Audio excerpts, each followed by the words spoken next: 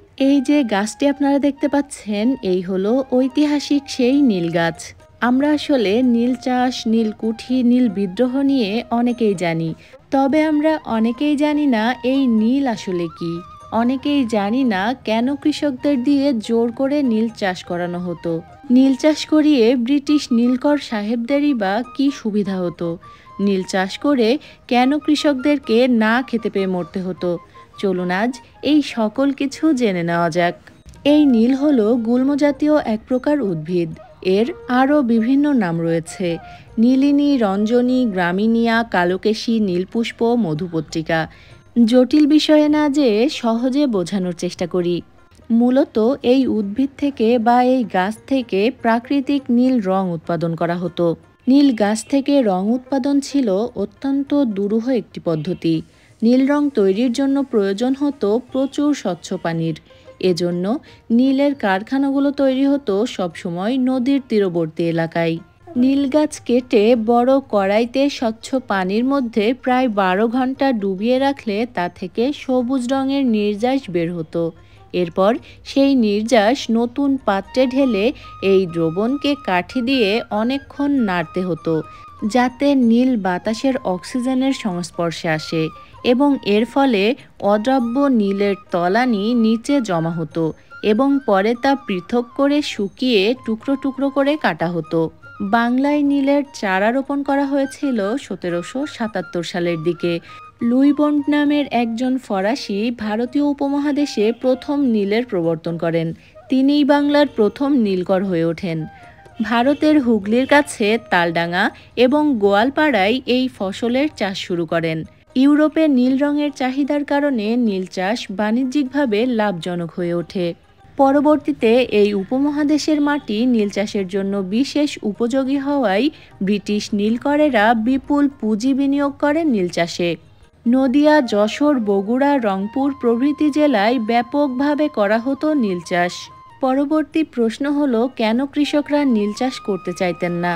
কেন জোর করে তাদেরকে নীল চাষে বাধ্য করা হতো? সে সময় কলকাতার বাজারে মণ প্রতি নীলের মূল্য ছিল 200 টাকা করে। নীলকর 1 বিঘা নীলের জমি থেকে পেত প্রায় 12 টাকা, আর একজন কৃষকের আয় হতো 2 টাকা 8 আনা। 1830 সালের মধ্যে বাংলা জুড়ে 1000-এরও বেশি নীল কারখানা গড়ে উঠেছিল। নীলকরেরা কৃষকদের তাদের নিজের জমিতে অন্যান্য ফসল চাষের পরিবর্তে নীল চাষ করতে বাধ্য করত। তারা খুব উচ্চ সুদে ঋণ প্রদান করত, যাকে বলা হতো দাদন। একবার একজন কৃষক এই ধরনের ঋণ নেওয়ার পর তার উত্তরসূরিদের কাছে তা পৌঁছে দেওয়ার আগ পর্যন্ত তিনি সারা জীবন ঋণগ্রস্ত থাকতেন।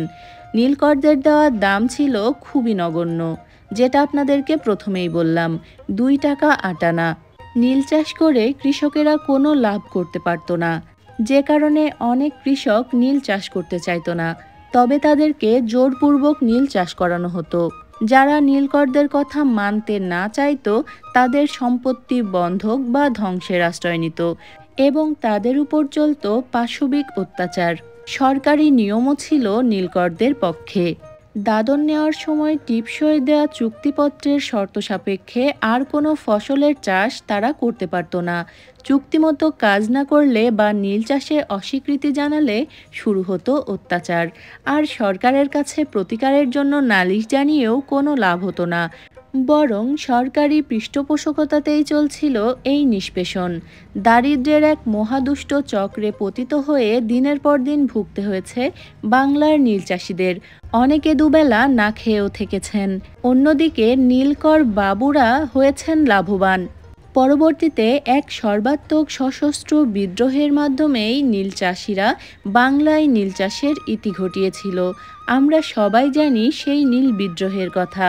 আজ আপনাদেরকে জানানোর চেষ্টা করলাম ঐতিহাসিক নীল চাষ সম্পর্কিত বেশ কিছু বিষয়। আশা করি আজকের ভিডিওটি আপনাদের বেশ ভালো লেগেছে। আমাদের আজকের আয়োজন এ পর্যন্তই। আবারও ফিরে আসবো নতুন কোনো ভিডিও নিয়ে। সে পর্যন্ত আমাদের সাথেই থাকবেন। এতক্ষণ যারা আমার ভিডিওটি দেখছিলেন সবাইকে অনেক ধন্যবাদ।